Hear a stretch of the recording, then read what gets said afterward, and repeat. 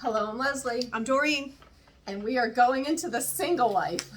And we're going to start off with Debbie. But before we get into Debbie and her exciting date and everything, can you please subscribe if you like this video and like and all those things. Leave us comments too, please. Yes. So let's just jump right into it. Debbie gets herself all dolled up. Headband included, whatever. Headband's got to go. But looked much pretty. Like you saw glimpses of the old Debbie. You could see that she was stunning back in the day, still looking really good for her age, I thought.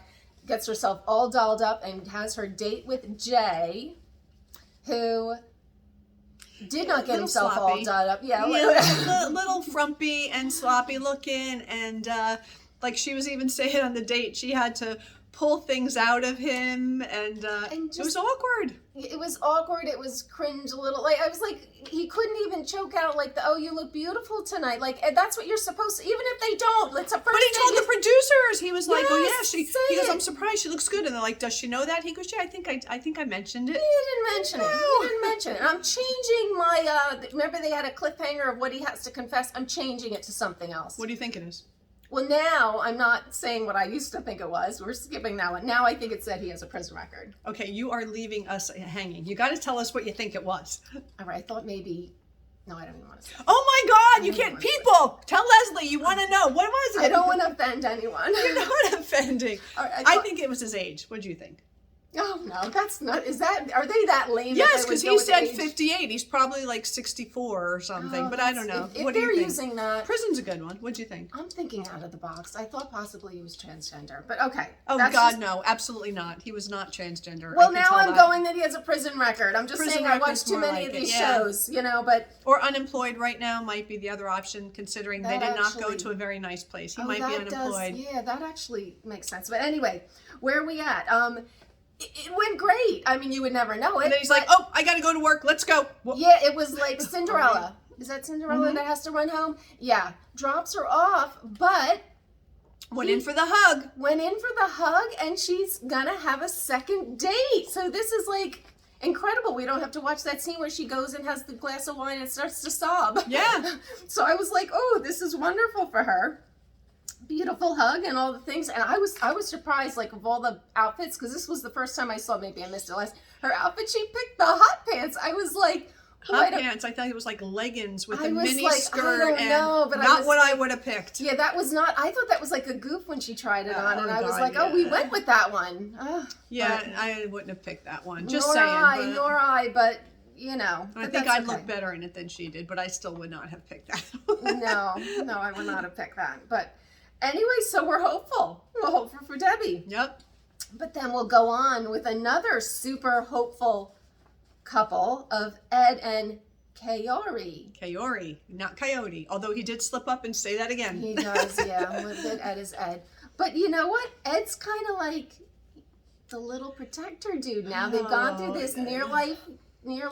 Oh, come on. Near-death experience. No, he thinks she hightailed it away from him, ran into the bathroom. He came chasing afterwards, and then he was just hugging her. He is not a protector. I mean, not saying, I wouldn't be scared myself if something like that happened. Yeah, but I was just, I think they went through something special. So I'm like hopeful that this can have a different ending. They and she seems like she really likes him and everything is wonderful so far. And well, she went back to his house. He's like, hey, we can go back to my house and have whatever. And she was like, okay. And, I mean, the mother and Teddy are staying with him because he's in Mexico and they all went together. So maybe the mom was asleep at this point, after dinner or something. So I guess that, is a little bit more security, like, because his mom's there. I was hopeful that he would do the gentlemanly thing and say, I have this extra room, make yourself at home, and then him go to the other room, knowing that he's right next door, because we don't really know if he slept in there, right, with her? No, well, I felt like they were at a house, like you rented it looked like a house when they walked in. It didn't look like a hotel. Did I miss something? Oh, maybe it was, but there were 2 rooms. Okay. Because the mom's there. Remember, yes. Mom and Teddy. So there's only 1 room left for Ed. Oh, you mean he could sleep on the couch? I don't know how far away she is, but either way, they talked. I don't know. I'm hoping Ed didn't just go in for the move. I mean, the girl's traumatized a little bit right now. No, I think he was respectful. I don't think he did anything. I think I give him. He's okay with that. I think And he's she good. thought he smelled nice, our Ed. He cleaned up all good with the I know haircut. people who wear that cologne, and I'm a fan. I am a fan of the. So we're hopeful. I think this is starting out a lot better than some of the others. Not that they started out very good at all. But anyway, moving right along, we will go to Jesse and Jennifer. I don't like him. We You can say know, how much we first don't care off, for him. I think it's very rude, and I say this as an English-speaking person.